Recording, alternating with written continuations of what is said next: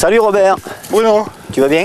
Et toi? Alors toi, dès que tu as 2 minutes, on te trouve dans tes oliviers, y a pas de problème. Mes oliviers, si j'étais assez grand pour que je dorme dedans, tu ferais ça. Je crois que je ferais, oui. Bon, bienvenue à nouveau dans le sud, vous en faites tout un plat. Tiens, justement, on va cuisiner autour de ton mets préféré, l'huile d'olive. L'huile d'olive, ouais. Aujourd'hui, qu'est-ce qu'on va préparer alors? Alors, je vais un peu essayer de vous surprendre, on va faire un gratin de fruits à l'huile d'olive. Avec une huile d'olive douce, très parfumée. Bon, côté dessert alors, cette fois. Voilà, une huile d'olive dessert. Bien. Pendant qu'on se prépare, je te propose une petite visite du petit village de Ganagobi. Tu connais? Ah oui, bien sûr, c'est merveilleux. Avec son magnifique prieuré. Ouais, c'est magnifique. Bon, on y va? Ah oui, en courant. Ganagobi est situé dans les Alpes de Haute-Provence. Le plateau de Ganagobi est un site inscrit qui domine la Durance et offre de somptueux points de vue sur la vallée. Ganagobi est également le nom donné à un remarquable prieuré situé sur ce même plateau, un monastère fondé au Xe siècle par l'évêque de Sisteron. Ganagobi compte 110 habitants appelés Ganagobiens. Robert, on fait un point sur les ingrédients qu'il nous faut pour ta recette. Oui, la recette, donc aujourd'hui, c'est un gratin de fruits d'automne à l'huile d'olive. Donc des pommes, des poires, des châtaignes. Là, je croyais que tu allais me dire des Scooby-Doo, j'ai eu peur. Ah ouais. De la poudre d'amande, du sucre de l'huile d'olive qui a la particularité d'être un fruité noir qui a des arômes de fruits rouges. D'accord, et celle-là, elle est bio. Elle est douce et en pâtisserie, c'est formidable. Ok, première étape. Première étape, on va tout simplement préparer les fruits, parce qu'après, je vais les couper en dés pour les faire légèrement fondre dans l'huile d'olive avec les châtaignes. C'est une recette qui est sortie encore de ton imagination, que tu as inventée spécialement pour le sud, ou c'est quelque chose que tu fais régulièrement, Robert? Alors, on a la chance d'avoir des gens qui font des huiles d'olive en fonction des variétés, et donc on a des arômes et des caractères totalement différents d'une variété à l'autre. Et cette variété qui a des arômes de fruits rouges, qui est très douce et qui va très très bien en pâtisserie, j'ai eu envie de faire quelque chose avec. Voilà pourquoi ce gratin de fruits à l'huile d'olive. On utilise de plus en plus l'huile d'olive dans les desserts, hein, Robert, ici en Provence. On se rend compte justement avec des oliviculteurs qui travaillent à partir de variétés et plus avec des huiles d'olive d'assemblage, on peut avoir d'une huile à l'autre des arômes totalement différents, et donc il y a des huiles d'olive qui vont très très bien avec le sucré. Il va falloir que ça fonde, ça, combien de temps, Robert? Il y en a pour 4-5 minutes à peu près. Hein. Il ne faut pas que ça compote, hein. Il faut juste qu'il soit un petit peu gratiné, quoi. Enveloppé dans l'huile d'olive et qu'il commence un petit peu à colorer quand même, un peu. Je vais rajouter tout de suite les châtaignes que je vais broyer. Bon, là, ça cuit. Ça cuit, on va préparer l'appareil à gratin. Pendant que ça cuit, moi je te propose d'aller faire un petit tour du côté des mets, hein, puisque cette huile d'olive, elle n'est pas arrivée là comme ça. Cette excellente huile d'olive, eh bien, on est allé du côté du domaine Salvatore, et c'est Sophie et Frédéric qui nous ont reçus de façon admirable et qui nous parlent de cette huile d'olive, de leur huile d'olive. C'est des générations d'orfèvres de l'huile d'olive. Ça, c'est un vrai bijou. On y va? On y va. Allez.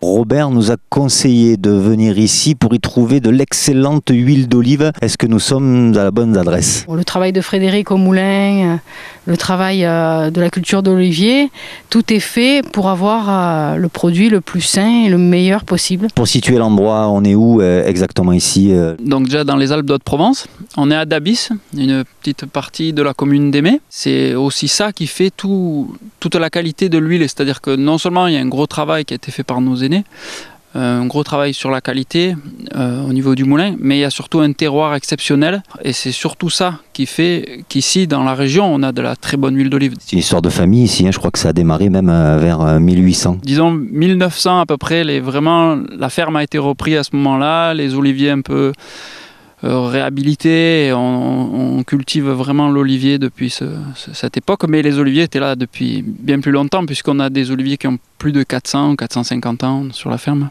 De l'arbre à l'assiette, hein, les différentes étapes, en tout cas les plus importantes de la production. Il y a un gros travail qui est fait sur le rendement des arbres, c'est-à-dire on travaille nos arbres, on les taille, on les entretient de manière à avoir régulièrement des olives. Tout un travail qui a été fait au niveau des variétés et ensuite au niveau du moulin, il y a des méthodes d'extraction ou de préparation des olives avant l'extraction qui vont nous permettre de développer certains goûts. Sophie, donc les différentes variétés utilisées sur la production. La variété locale, celle qu'on a le plus, c'est la variété Aglando, sur laquelle il y a l'appellation Haute-Provence. Après, on a aussi la variété Bouteillant, qui est une olive très aromatique. On s'en sert pour faire l'appellation Haute-Provence, parce qu'on est à cheval sur les deux appellations.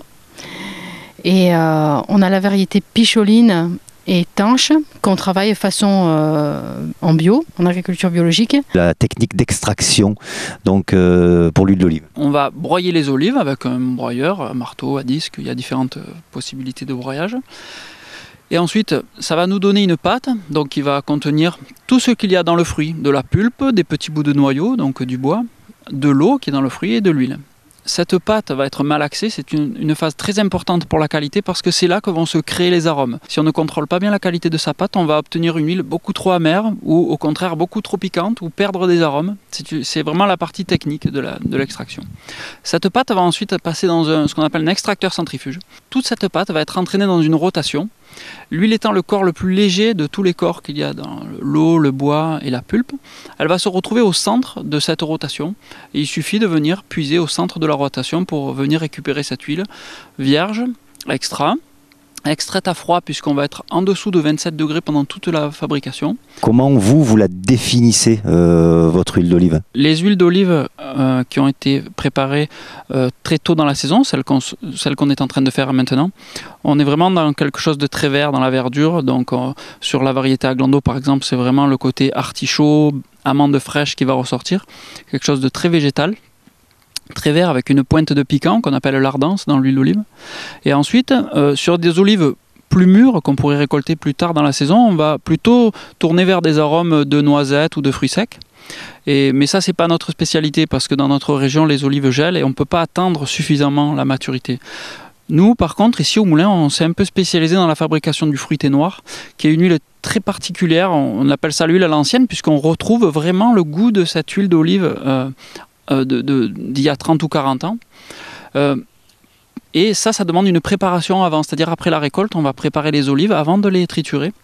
Et là, par contre, on va avoir quelque chose de complètement différent. On va retrouver le goût de l'olive noire, l'olive de table qu'on mange à l'apéritif, et aussi des arômes de cacao ou de pain au levain. C'est une huile très douce, très agréable et très très bonne pour la cuisine, puisque ces arômes vont se garder à la cuisson, et c'est très intéressant. Ils sont passionnants tous les deux. Et moi, je suis fier de continuer à travailler avec eux parce que c'est leurs parents, le père de Sophie et le père de Frédéric qui m'ont appris tout ce que je sais sur l'huile d'olive. Et c'est merveilleux de voir ce travail qui continue dans d'aussi belles conditions. Où peut-on trouver vos produits? On a un petit fonctionnement d'accueil à la ferme puisqu'on habite sur place, donc en général les gens qui viennent trouvent toujours quelqu'un. Sinon on a un site internet aussi qui fonctionne bien, donc c'est domainesalvator.fr. Et sinon on est à la maison de pays locale en Malmoisson. On a un magasin de producteurs, l'étal des paysans à Pépin. Et on commence un peu à prendre des petites épiceries fines, des magasins de producteurs locaux. Merci de nous avoir reçus ici dans votre domaine. Nous, on va retourner avec Robert derrière nos casseroles pour terminer notre recette. Merci, bonne continuation, alors bonne récolte. Merci et bonne dégustation. Merci beaucoup et bonne recette.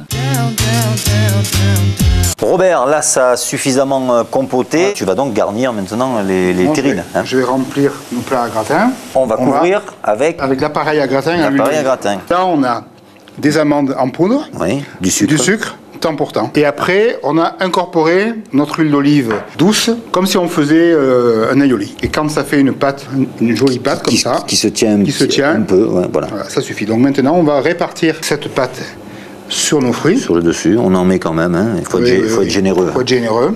On va mettre nos plats au four position gratin. Ben voilà encore une belle recette de notre Provence, facile, hein, c'est pas compliqué. La cuisine, il faut éviter de se compliquer les choses à partir du moment où on a un bon produit et que c'est fait dans des bonnes conditions. Et puis une recette qu'il faut pour se régaler. Recette de saison aussi. Oui, en plus bien sûr. On va déguster. On va déguster. Allez, on y va. 3, 4. Fais du feu dans la cheminée, je reviens chez nous. Qu'est-ce qu'on est bien là autour du feu, Robert, hein? Non, voilà, on y va, c'est vrai, ouais. On déguste, hein? On déguste, ouais. Le gratin On est vraiment malheureux. Le gratin de, rappelle-moi, la recette. Fruits d'automne à l'huile d'olive. À l'huile d'olive. On y va.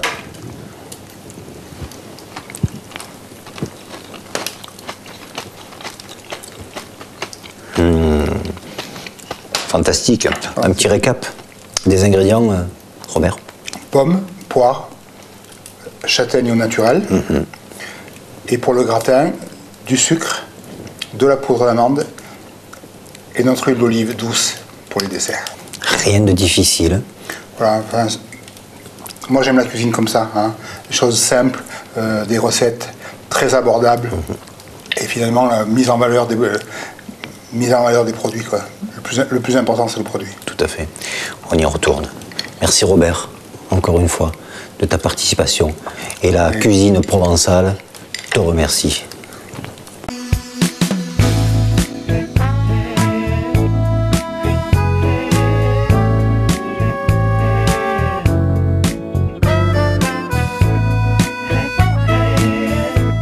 Des tranches, voilà, tout simplement. Non, ah non, on va les couper. Un petit peu comme le lard tout à l'heure. Voilà. Hein, on le coupe en dés. Parce que... Ça, on ne pourra pas le mettre, tu vois, par exemple, parce que le lard tout à l'heure, c'était dans une autre émission. Pardon. C'est vrai. T'as vu ça, si on est bien, moi je m'endors là. Voilà, on aura ce soir. Je ronronne, moi.